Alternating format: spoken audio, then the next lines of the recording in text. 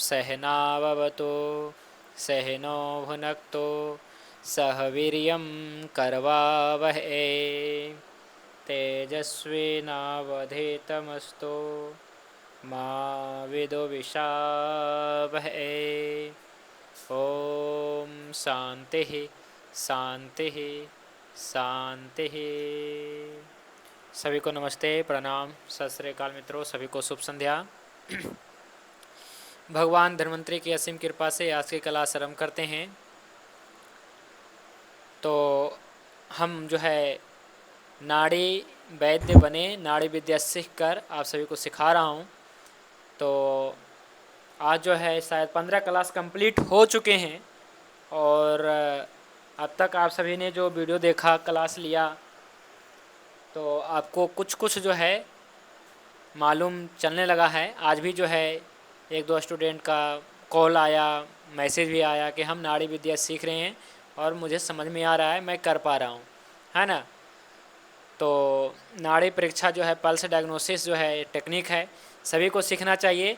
इससे आपको जो है एक परफेक्ट वैद्य बनने में जो है सहायता मिलती है। नाड़ी के बिना, नाड़ी सीखे बिना वैद्य बनना तो ठीक नहीं है ना। या फिर आप संपूर्ण नहीं हैं। संपूर्ण तो कोई भी नहीं होगा, लेकिन उस लेवल तक भी पहुंचना चाहिए कम से कम। तो नाड़ी परीक्षा के लिए मैंने आप सभी के लिए क्लास बेसिक कोर्स शुरू किए हैं, जो लगभग कंप्लीट हो गया है। कुछ चीज़ें और हैं, इसके बारे में मैं बेसिक जानकारी आप सभी को देने वाला हूं। तो रोगी के परीक्षण के प्रकार में आपको अष्टविध परीक्षा आता है, उसी का एक प्रकार होता है नाड़ी परीक्षा। नाड़ी परीक्षा सीख लेने के बाद में मैं आपको मल मूत्र परीक्षा, जिह्वा शब्द स्पर्श परीक्षा, नेत्र प्रकृति परीक्षा, कृति परीक्षा, फिर आगे 10विध परीक्षा, प्रकृति परीक्षा, विकृति परीक्षा, ये सारी परीक्षाएं होंगी, है ना। तो इसके लिए क्लास में बने रहिए। नाड़ी में जो है अभ्यास की आवश्यकता है। जो नाड़ी विद्या में जब तक आप अभ्यास नहीं करेंगे, 2-4 लोगों को नहीं देखेंगे, तब तक आप कैसे सीखेंगे? सीख ही नहीं सकते हैं, है ना। आपको कॉन्फिडेंस ही नहीं आएगा, आपको ही कॉन्फिडेंस नहीं आएगा, लगेगा क्या कि हमने सीखा ही नहीं। बहुत सारे स्टूडेंट ऐसे हैं जो क्या है कि एक बार हमसे पढ़ लिया, एक बार और कहीं जाके पढ़ लिया, फिर भी वो कॉन्फिडेंस से नहीं बोल सकता है, नहीं बोल सकता है कि हाँ हमने नाड़ी देखा और हमने ऐसा महसूस किया। मतलब वो अभी भी कहेगा कि हमें नहीं आता है, वो अभी भी कहेगा कि हमें 10% ही आता है, 20% ही आता है। लेकिन जो आप सभी 15 दिन से क्लास ले रहे हैं, तो मैं सबकी बात नहीं कर रहा हूँ, लेकिन जो नाड़ी देखने के सीखने के अलावा नाड़ी विद्या में अभ्यास कर रहे हैं, वो ज़रूर बोल सकते हैं जी कि हाँ हमें जो है कुछ सीखने का फ़ायदा मिला है ना। नाड़ी विद्या 15 दिन हमने सीखा और हमने सीख करके जो है ये ट्राई किया, घर में देखा, रोगी के ऊपर देखा, तो हमें रिजल्ट मिल रहे हैं। जैसा वैद्य जी ने बताया वैसा ही रिजल्ट मिल रहे हैं, वैसा ही हमारे साथ जो है रोगी का जो है मिल रहा है। और जो नहीं कर पा रहे हैं, जैसे मान लीजिए कि जरूरी नहीं कि सभी वैद्य ही होंगे, चलिए ठीक है आपके पास रोगी नहीं, लेकिन परिवार तो होगा, फैमिली तो होंगे, और कोई ना कोई बीमार भी होगा।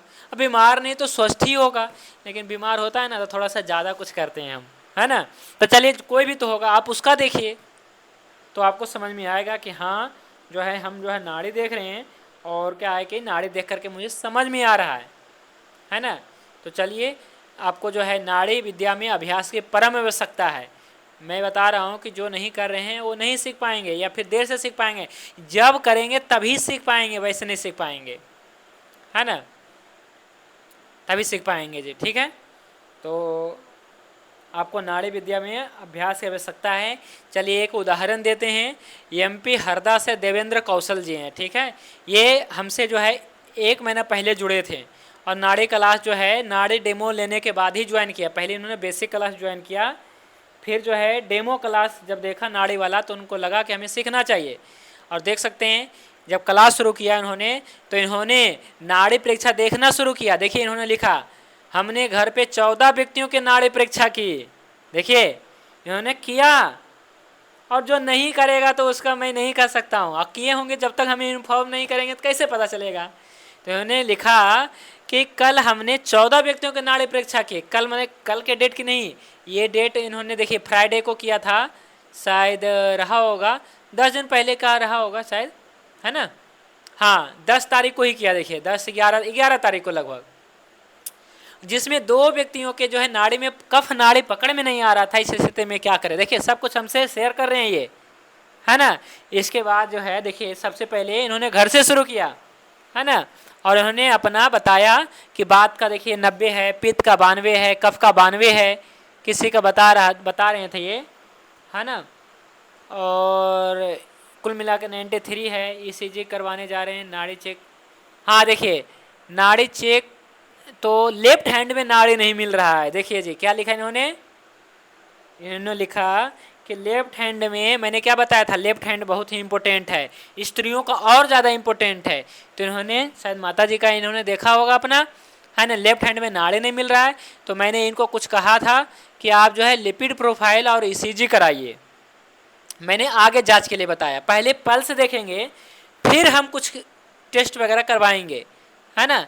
तो मैंने इनको ये बताया था, उन्होंने करवाया, और आज जो इन्होंने रिपोर्ट शेयर किया, और उन्होंने मुझे कुछ लिखा कि इनका गिरजा गति चल रही है, यानी कि पल्स नहीं मिल रहा है तो गिरजा गति हुआ ना, खास करके लेफ्ट हैंड का बात पल्स नहीं मिल रहा है तो गिरजा गति चल रहा है। और गिरजा गति चलने से क्या होता है जी व्यक्ति का, है ना, आप उसे जो है हार्ट से संबंधित समस्या मान सकते हैं। ये देख सकते हैं कोलेस्ट्रॉल लेवल देखिए 271 है, ट्राइग्लिसराइड्स जो है 237 है, जो क्या है कि बहुत ज़्यादा है।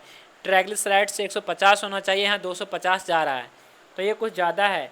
डॉक्टर ने भी इनको जो है हार्ट से जुड़ा हुआ समस्या जो है आगे संभावना बताया है ना। देखिए इन्होंने सब लिखा मुझे, वो कैसे लिखा, जब मैंने इनको बताया पढ़ाया, है ना, और उन्होंने इस चीज़ को किया।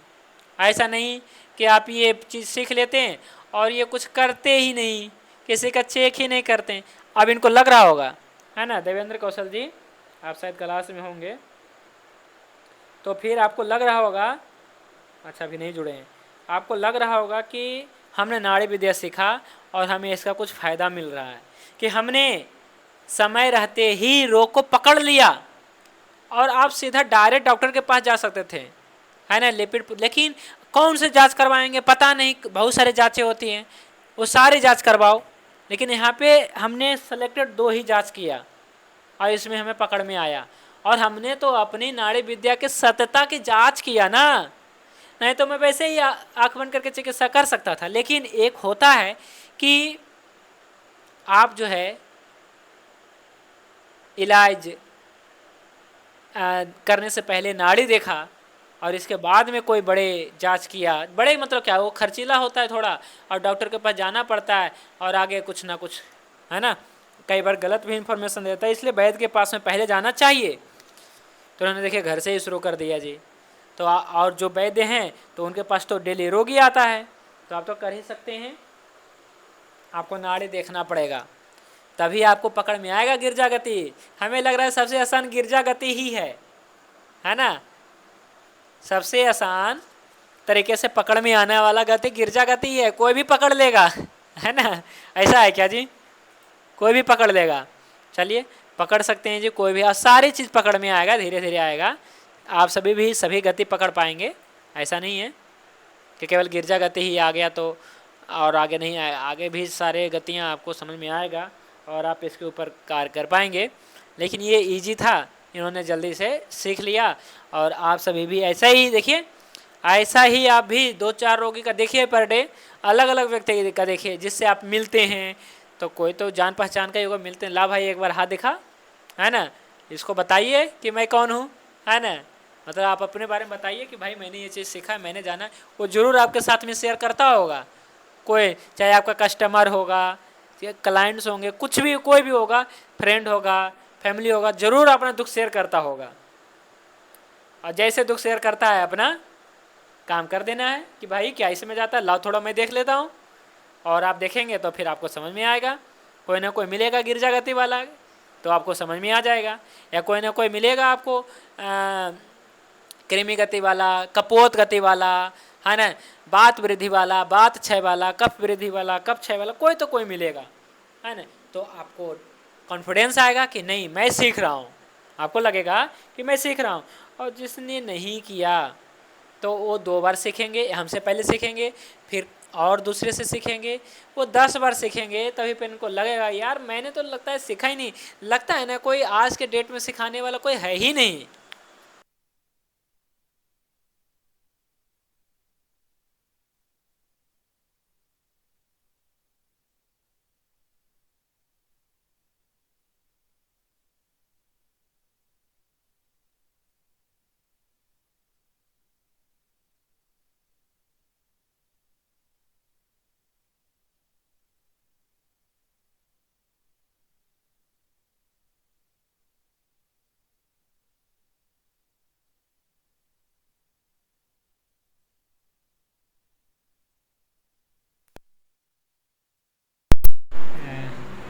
मैं भी देख रहा हूँ।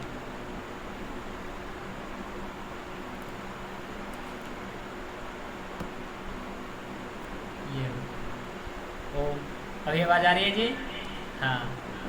तो क्या है कि डिस्चार्ज हो गया था माइक। तो नाड़ी विद्या में अभ्यास का की परम आवश्यकता है जी, ठीक है। इसे करना पड़ेगा, अभ्यास तो करना पड़ेगा। चलिए तो आप इतना समझ गए, हम आगे बढ़ते हैं। तो अभ्यास करेंगे जी सभी। मिथिलेश शर्मा जी अभ्यास कर रहे हैं, परवल शुक्ला जी, रमन आर्य जी अभ्यास कर रहे हैं कि नहीं कर रहे हैं? 2-4 व्यक्ति को देख रहे हैं पर डे। देखिए सभी देखिए, तभी होगा, है ना। चलिए तो अभी जो है बात पित्त कफ का प्रकृत गति और विकृत गति हो गया कंप्लीट जी। बात दोष का प्रकृत गति, पित्त दोष का प्रकृत गति, कफ दोष का प्रकृत गति, फिर इन सब का विकृत गति, है ना। क्लियर है जी? क्लियर है जी। गिरजा गति, कुकुट गति, है ना, डमरू गति, कंपन करेगा केवल कंपन, है ना। इसमें कुछ आपको महसूस नहीं होता, केवल कंपन करता है डमरू गति में। कंपन यानी कि मल्टीपल ऑर्गन फेल हो रहा है, क्योंकि मल्टीपल आ रहा है ना, इसलिए मल्टीपल। पिपलिका गति, है ना, त्रिदोषज है। कृमि गति त्रिदोषज है। तो ये सभी बता दिया मैंने। नाड़ी पर कितना प्रेशर देना चाहिए, आज ये टॉपिक शुरू कर, हाँ ये टॉपिक हो गया था। नाड़ी पे मैंने बताया था कि बात दोष पे सुपरफिशियल, सॉरी पित्त दोष पे, पित्त दोष पे सुपरफिशियल यानी कि हल्का दबाव, ठीक है। मध्यम दबाव बात दोष पे, मॉडरेट प्रेशर बात दोष पे, और गहरा दबाव कफ दोष पे। तो सबसे ज़्यादा दबाव, गहरा दबाव, हाई प्रेशर किस पे देना है जी? कौन सी उंगली ज़्यादा दाबना है? तो कफ का दाबना है। ये तो हो गया था क्लियर जी, ठीक है, ये पढ़ा दिया था। आज पढ़ते हैं रिदम, लय। मतलब रिदम मतलब समझ, नियमित अनियमित क्या है इसके बारे में। तो नाड़ी की रिदम का अर्थ क्या है ना। रिदम का अर्थ क्या है? तो नाड़ी का नियमित या अनियमित चलने का क्रम, यानी नाड़ी बराबर समय अंतराल पे चल रही है या नहीं चल रही है, ये रिदम इसको कहते हैं जी। चल रही है कि नहीं चल रही है पता करना है। चल रही है तो अच्छा रिदम है, नहीं चले तो गड़बड़, रिदम खराब हो गया। रिदम लय, लय होता ना, जैसे लय, जैसे कई बार क्लास लेते हैं, अभी देखिए नाड़ी क्लास एकदम लय से चल रहा है। मात्र शायद 2 दिन छुट्टी दिया मैंने, 2 या 3 दिन, है ना। लगातार जो है 1 तारीख से शुरू किया जी, और आज 18 तारीख है, 16 क्लास हुए, मतलब 2 ही दिन छुट्टी दिए ना आपको। और पंचकर्मा क्लास लिया था मैंने, रिदम ही बिगड़ गया, लय ही बिगड़ गया था, है ना। 1 महीना डायरेक्ट छुट्टी हो गया था, है ना। 1 महीना में मात्र 3 क्लास लिए थे, है ना, जून के महीना में गड़बड़ हो गया था। लेकिन नाड़ी क्लास में समय पे ले पा रहा हूँ, क्योंकि एक तो अभी क्या है कि थोड़ा पेशेंट कम है ना, और अपने जो स्टाफ मैंने बढ़ा लिए हैं, थोड़ा सा काम सेट हो गया है, तो टाइम निकल जा रहा है ना, सब व्यवस्था हो गया है, तो इसलिए मैं खा पी करके तैयार हो जाता हूँ 6 बजे तक, तो मैं आप सभी के लिए क्लास में ले पाता हूँ। अगर मान लीजिए 8 बजे तक मैं खा ही नहीं पाऊँगा तो मैं क्लास ही नहीं ले पाऊँगा, है ना। तो रिदम गड़बड़ हो जाता है कभी। तो हो गया था पंचकर्मा वाले क्लास में ना, तो इसलिए वो पंचकर्मा 1 महीना का क्लास था, और लिए 3 महीना, 3 महीना में कंप्लीट कर पाया मैं, है ना। 3 महीना कंप्लीट, तो रिदम गड़बड़ हो गया। लय होते हैं ना, लय होते मतलब आप कंटिन्यूसली कर पा रहे हैं कि नहीं। तो एक उदाहरण दिया मैं। तो अभी नाड़ी क्लास चल रहा है जी, ठीक ठाक चल रहा है ना। आपका क्लास बराबर हो रहा है और आप सभी सीख भी पा रहे हैं, लेकिन आप सभी को भी बराबर रखना पड़ेगा, है ना। कंटिन्यू अभ्यास रखना पड़ेगा तभी, है ना। तो नाड़ी के नियमित या अनियमित चाल, चलने का क्रम नियमित है कि अनियमित है, यही देखना है। रिदम, तो नाड़ी के रिदम के प्रकार भी हैं कुछ। तो ये प्रकार देखिएगा, एक तो देखिए सम, सम मतलब नियमित रिदम, और एक होता है विषम, अनियमित रिदम। विषम मतलब अनियमित, है ना। धड़कन यानी कि नाड़ी, हार्ट का भी पल्स रेट, हार्ट रेट जो भी है, नाड़ी बराबर बराबर अंतराल पर चले, कोई रुकावट, उछाल या टूटन नहीं, यह स्वस्थ अवस्था का संकेत है। इसको कहते हैं सम या नियमित, है ना। कंटिन्यू रिदम मतलब बढ़िया है, रिदम बढ़िया है ना। तो धड़कन या फिर नाड़ी बराबर अंतराल पे, बराबर उछाल, कोई रुकावट नहीं, कोई टूटन नहीं, बीच में छूटना नहीं चाहिए, इसको कहते हैं स्वस्थ संकेत नाड़ी का, व्यक्ति का। आयुर्वेद में इसे समगति कहा जाता है, इसको कहते हैं सम रिदम। और दूसरा हो गया विषम रिदम, अनियमित रिदम, है ना। तो कभी तेज, कभी धीमी, बीच बीच में रुक रुक कर चले, कभी मजबूत उछाल, कभी कमजोर, ऐसा चले, तो ये हो गया विषम, यानी कि विकार युक्त हो गया ना ये। तो ये हो गया विषम। तो ये क्या है जी, यह विकार या दोष प्रकोप का संकेत है, ऐसा है ये।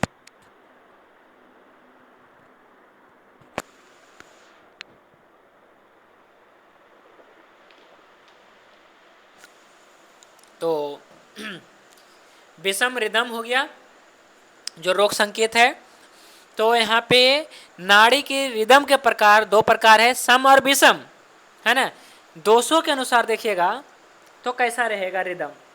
तो बात दोष की नाड़ी तो वैसे भी अस्थिर रहेगा जी, यानी बात का गुण क्या है, विषम चल गुण है, इस कारण से ये बात दोष का रिदम विषम ही रहेगा, अनियमित रहेगा। नाड़ी टेढ़ी मेढ़ी रुक रुक कर संकेत, घबराहट, अनिद्रा, हृदय की अनियमितता दिखेगा। पित्त दोष का, तब पित्त दोष का तेज रहेगा, अपेक्षाकृत नियमित रहेगा, बात की अपेक्षाकृत। नाड़ी का उछाल ज़्यादा रहेगा, ज्वर, सूजन, चिड़चिड़ापन। और कफ का रिदम कैसा रहेगा, तो मंदगुण रहेगा, धीमी रहेगा, लेकिन नियमित रहेगा। वही कछुआ खरगोश वाला कहानी हो गया। खरगोश जो है उछल उछल करके कभी तेज कभी धीरे, लेकिन खरगोश है ना, उछल उछल के कभी तेज कभी धीरे, लेकिन कछुआ क्या है जी, मंद। लेकिन मंद वाला क्या होता है, नियमित होता है, एकदम बरोबर चाल, एकदम बरोबर चाल, है ना, और थकता नहीं है। तो भारी अस्थिर संकेत, सुस्ती थोड़ा रहेगा, कफ विकार, तो कफ का रिदम ऐसा रहता है। बाकी तो आपको गुणों पे और चाल आदि पे फोकस करना है, लेकिन ये भी मैंने बता दिया। आधुनिक चिकित्सा से तुलना अगर करें तो रेगुलर रिदम यानी कि नॉर्मल साइनस रिदम इसको कहते हैं जी। नॉर्मल रिदम मतलब नॉर्मल साइनस रिदम, और एक होता है इरेगुलर रिदम, मतलब सम विषम, यही हो गया, है ना। सम मतलब रेगुलर और विषम मतलब इरेगुलर, अनियमित। अरेथमिया इसको कहते हैं। नाड़ी जांच में रिदम कैसे देखना है, देखिए 1 से 2 मिनट तक उंगली का स्थिर रखें, केवल गति नहीं, कौन सी गति चल रहा है ये केवल नहीं, बल्कि समय अंतराल पे ध्यान दें। दोनों हाथों के नाड़ी तुलना करें, और दोनों की तुलना करें, दोनों हाथ का उस रोगी का। तो नाड़ी की रिदम, नाड़ी की चाल की नियमितता। नाड़ी का रिदम मतलब क्या जी, नाड़ी की चाल की नियमितता, कि नियमितता कैसा है, लय कैसा है, यही ना। तो नाड़ी का रिदम यही हो गया। अगर नियमित है तो स्वस्थ होगा, अनियमित है तो दोष और रोग की संभावना है। तो नाड़ी की रिदम और गति में अंतर है।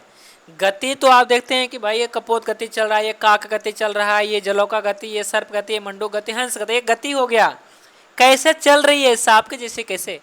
लेकिन जैसे मान लीजिए कि सर्प गति चल रहा है, ठीक है, तो सर्प गति चल रहा है, ये आपने बता दें चाल कैसी है, लेकिन बराबर समय पे चल रही है क्या? ये सांप भी चल रहा है तो क्या बराबर चल रही है क्या, कि बीच बीच में रुक जाती है? तो यही होता है रिदम, लय और चाल। तो लय और चाल में अंतर कुछ होता है, ये मैंने थोड़ा दिखाया है। समय अंतराल है ना, और ये जो है पल्स कैरेक्टर है, गति चाल जो है। लेकिन रिदम जो है ये तो रेगुलर या इरेगुलर बीट्स होंगे बस।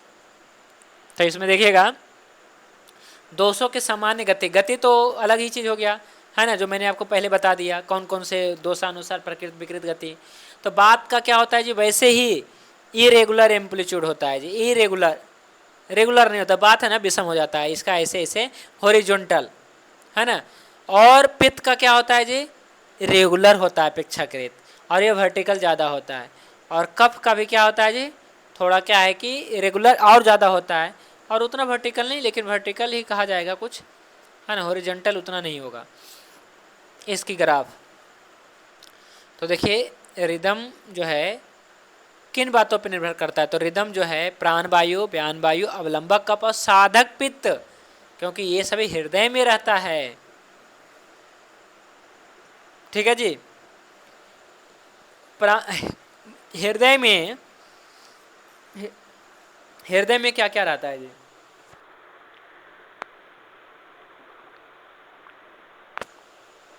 बात पित्त कफ में कौन से बात, कौन से पित्त और कौन से कफ हृदय में रहता है जी, बताइए।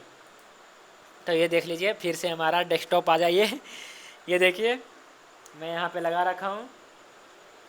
तो बात में क्या है, एक तो प्राण वायु, ठीक है जी, बात में अगर चलें देखने तो एक तो प्राण वायु जी, ठीक है, आपका प्राण वायु देखिएगा, प्राण वायु आ गया जी।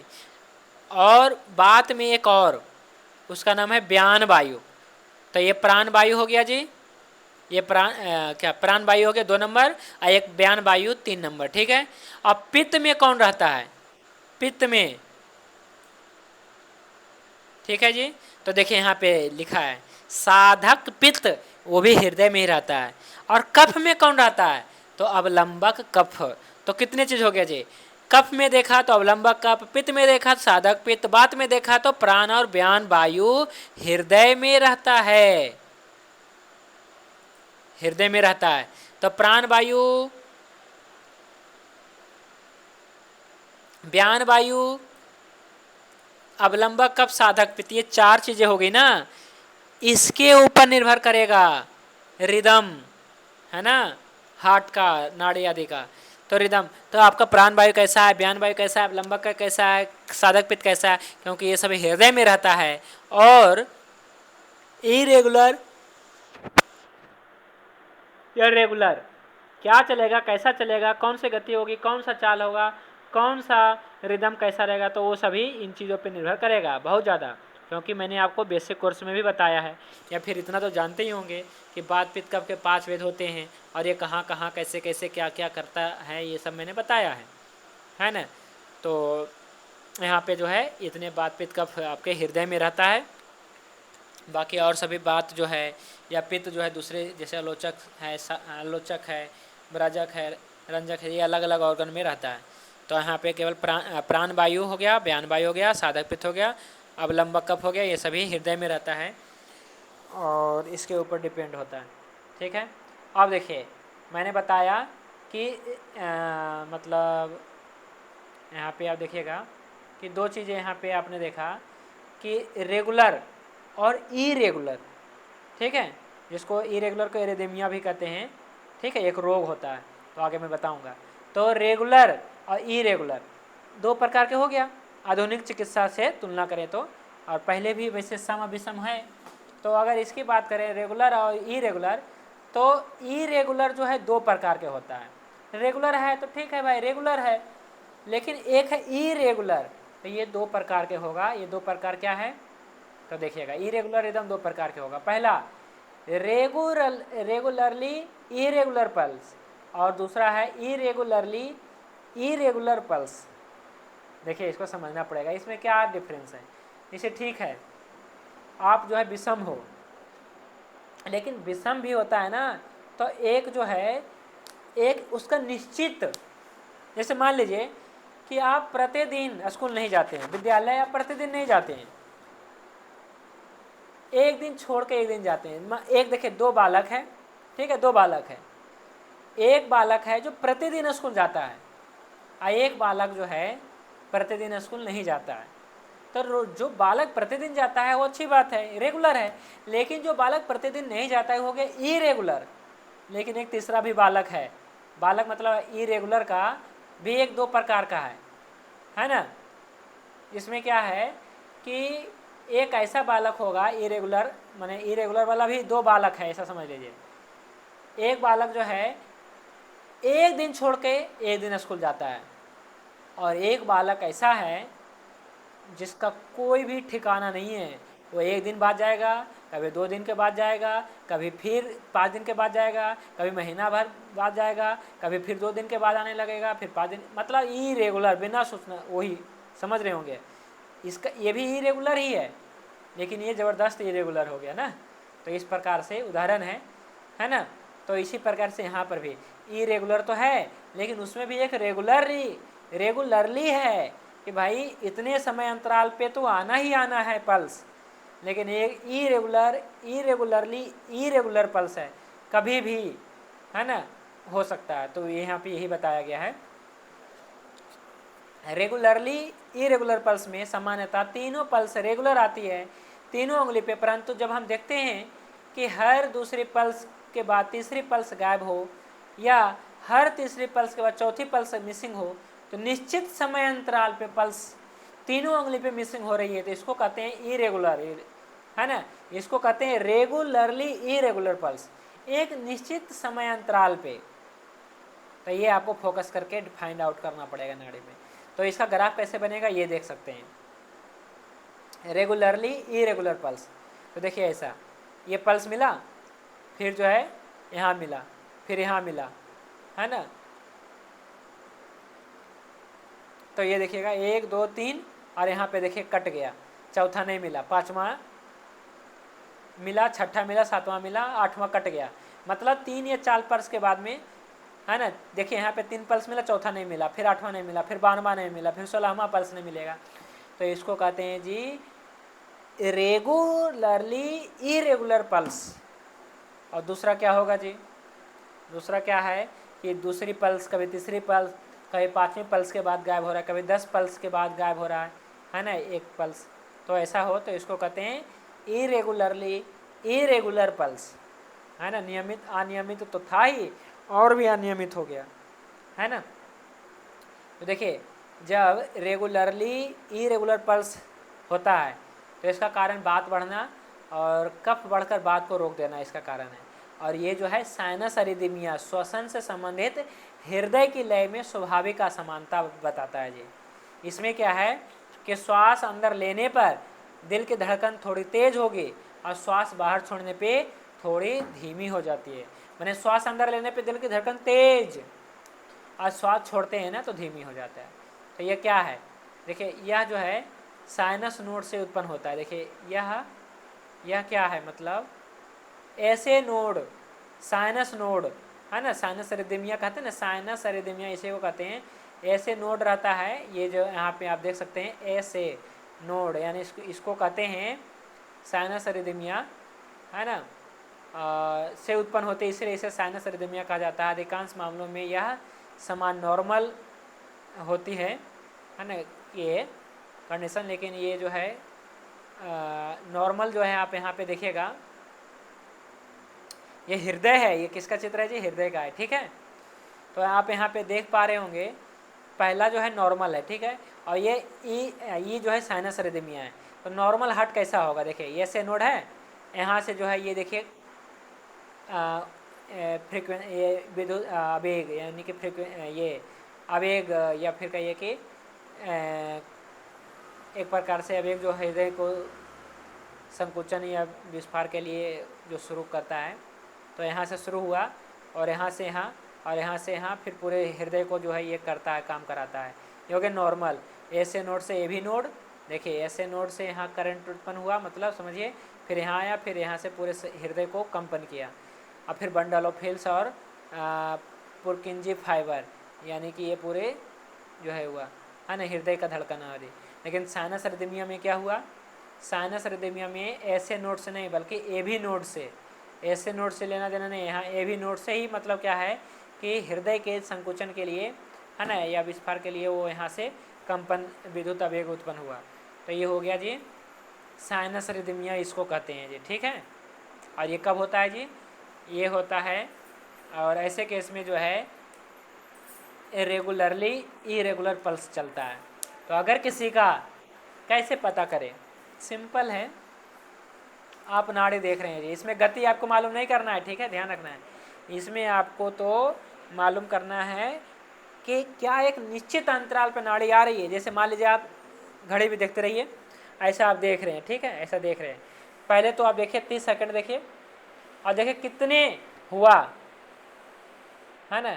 या फिर ऐसा देखिए कि एक पल्स दूसरे पल्स के नाड़ी का अंतराल कितना है, कितना समय है, और आप देखेंगे कि समय पे आ रहा है लेकिन एक पल्स मिस हो जा रहा है। जैसे 1 2 3 4 6, ऐसा मतलब समझ गए, ऐसा आप काउंट करेंगे कि 1 2 3 4 5, मतलब थोड़ा रुक गया तब हमने बोला 5।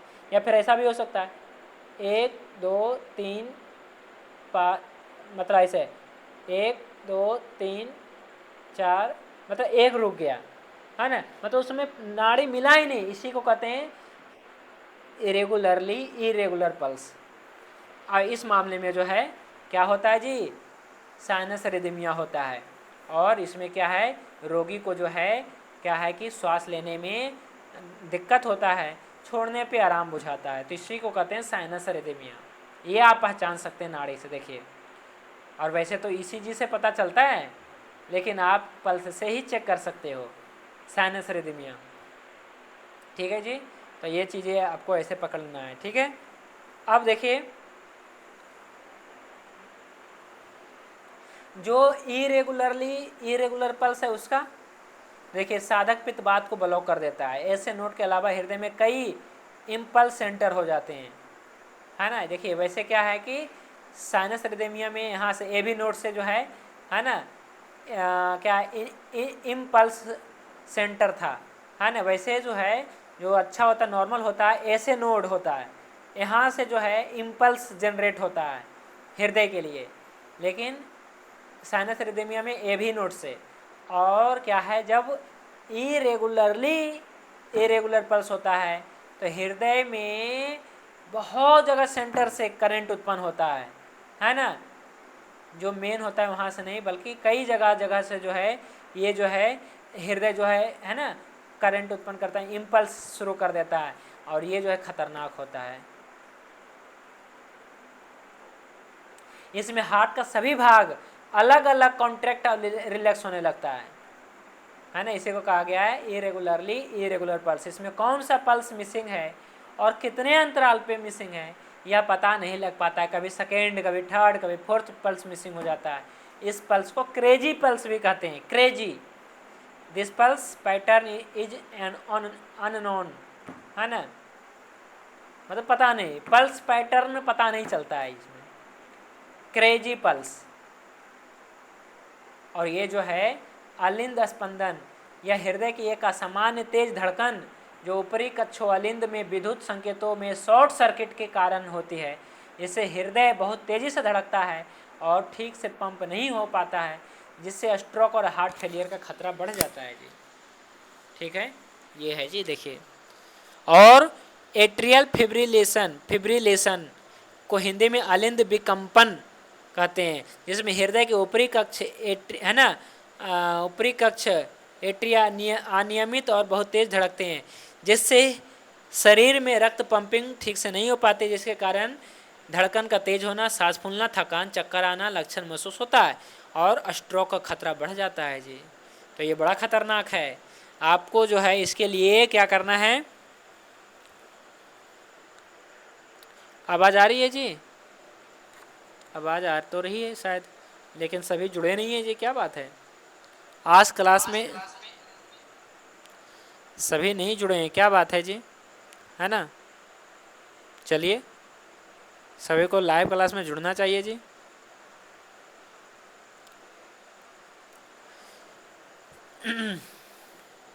तो देखिए क्या है इसमें जो है आपको व्यक्ति का जो है मिसिंग पल्स चेक करना है, मिसिंग पल्स। और जैसा मिसिंग पल्स होता है अगर एक निश्चित अंतराल पे मिसिंग हो रहा है तब तो साइनस एरिथमिया, और अनिश्चित हो रहा है तब तो क्या है कि आपका समझ लीजिए कि स्ट्रोक का खतरा है, हार्ट फेलियर का खतरा है। ठीक है जी। तो अब हम पढ़ेंगे वॉल्यूम एंड टेंशन। वॉल्यूम अब हम कल पढ़ेंगे जी, ठीक है। इसके बारे में हम कल पढ़ेंगे थोड़ा। आज थोड़ा प्रश्न उत्तर करते हैं, क्वेश्चन आंसर करते हैं जी। ये है, चलिए जी ठीक है। आप लोग का कोई प्रश्न है तो रख सकते हैं जी। चलिए मैं सभी को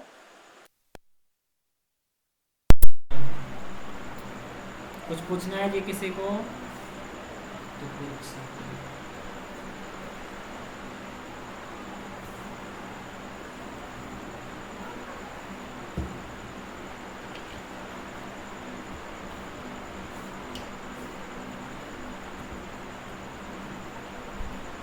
आज थोड़ा क्या है कि कुछ एक दो पेशेंट को भी उसका केस स्टडी करने वाला हूँ मैं, इसलिए मैं थोड़ा 5-10 मिनट। अब आप लोग का कोई प्रश्न है तो रख सकते हैं। चलिए ठीक है, कोई प्रश्न नहीं है। चलिए समझ गए ना, आज का टॉपिक समझ में आ गया जी। चलिए रामचंद्र शास्त्री जी आपका हैंडल है, पूछिए।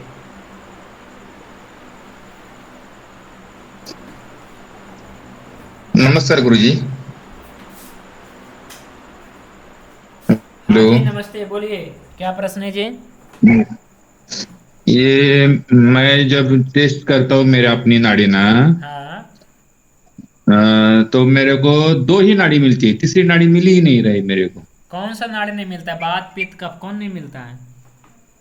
वो कब का नहीं मिल रहा है मेरे को। चलिए ठीक है, आप अपना रियल डेट ऑफ बर्थ भेज दीजिएगा, वजन भेज दीजिएगा, और साथ में कहाँ जन्म हुआ ये भेज दीजिएगा, और बात का पित्त का और कफ का कितना कितना पल्स रेट चल रहा है, कौन से हाथ में कितना चल रहा है ये हमें लिख के भेज दीजिए, फिर आपकी चिकित्सा बताएंगे। बरोबर। ठीक है।